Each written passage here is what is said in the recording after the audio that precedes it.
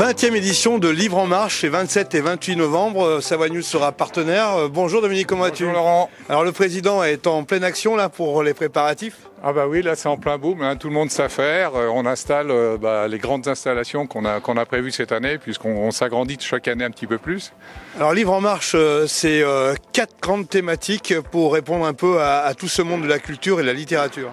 Oui, alors Livre en Marche, c'est pas un salon, c'est un festival. Pourquoi c'est un festival? Parce qu'on y retrouve des tas d'activités extrêmement complémentaires.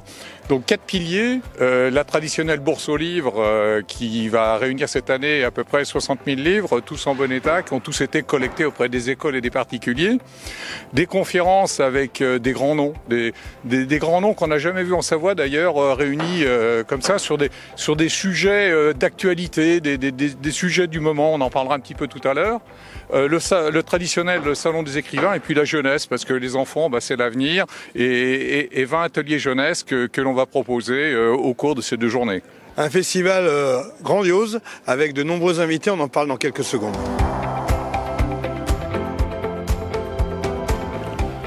Un festival en pleine nature aux portes de Savoie avec une thématique cette année, choisir de grandir ensemble. Oui, alors la spécificité de Livre en Marche aussi, c'est que c'est un festival engagé sur les enjeux de notre société.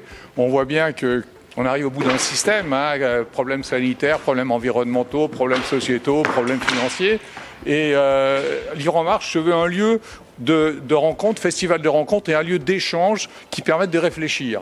Donc pourquoi choisir de grandir ensemble? Parce que si on veut faire évoluer les choses, c'est un choix personnel, c'est le choix de chacun. Grandir parce qu'il va bien falloir bouger vers le haut, et ensemble parce que la crise sanitaire nous a démontré qu'individuellement on pouvait rien faire et qu'on était tous interconnectés au niveau mondial, mais aussi interconnectés avec la nature. Pour justement cultiver ces interconnexions, il y aura de nombreuses personnalités dans les 2 chapiteaux, dont un qui est en train de se construire là.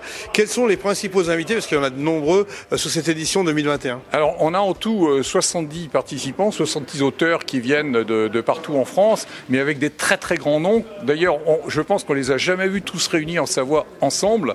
Je vais citer Boris Cyrulnik, Étienne Klein, Françoise Nyssen, Karine Lacombe, Aurélien Barraud, Pablo Servigne et des grandes personnalités comme, Juliette Lambeau par exemple, la rédactrice en chef de Thalassa, et bien d'autres.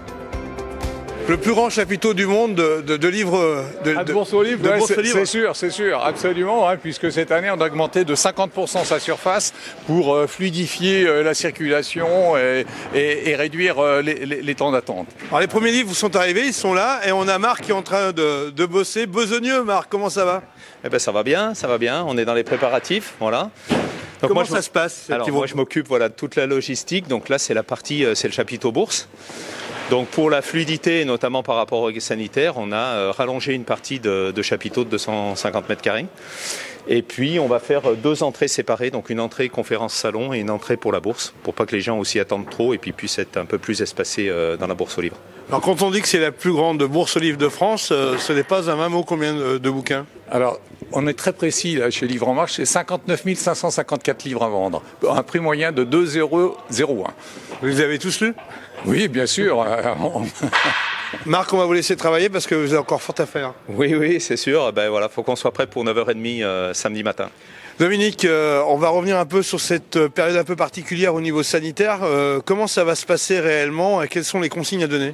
Bon, alors on est dans un environnement particulier et je dois vous dire qu'on s'y attendait un petit peu, donc ça on l'a préparé parce que ce que l'on veut vraiment c'est que la manifestation se passe dans les meilleures conditions possibles.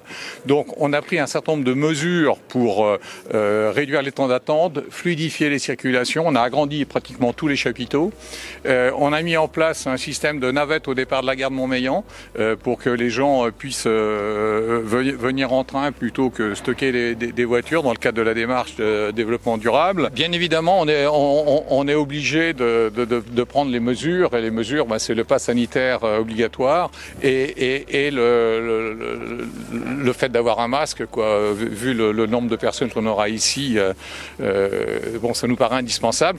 Et on a agrandi les horaires, hein, puisqu'on commence cette année à 9h30 le samedi matin.